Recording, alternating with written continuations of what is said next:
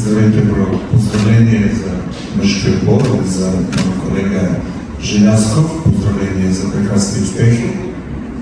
Виж, аз съм Драга Нешич и от тази година ще съм старши треньор на Левски.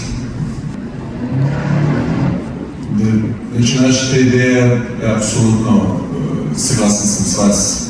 Марица до сега беше основният фактор в българско първенство и ние искаме да станем точно това, какво Марица беше до сега и в бъдеще ще да е нормално.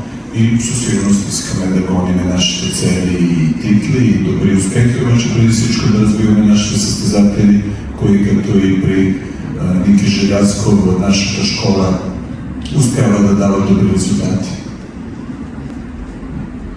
Да, много неща, а и не много. Има прекрасна база, има прекрасни условия и със сигурност ще да има и допълнения от отбора. Не е прекалено.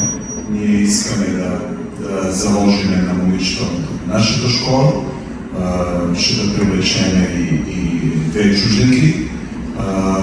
И ще видим дали това достатъчно за Марица, защото и той и Марица ще да е изключително компетитивен отбор, като и всички други отбори, и ЦСКА, и Славия, и ЦПВК, така да не забравяме на тях.